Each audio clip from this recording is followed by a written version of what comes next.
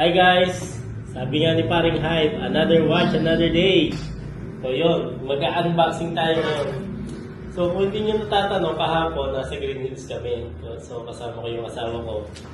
Then nagpunta kami sa Gentry Timepieces para bumili ng watch. So alam naman natin kung ano yung mga watch na binibenta ni Paring Hype. So yun. So to make a long story short, eto na. This is it. Ang unboxing ng Rolex natin.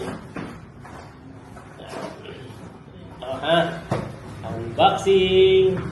Kaya lang, sila nga napagtanto ko. Pagdating ko kay Paring Hype. Ang gaganda ng relo. So marami akong pinagpilian. So ang napili natin is Daytona. Rolex Daytona.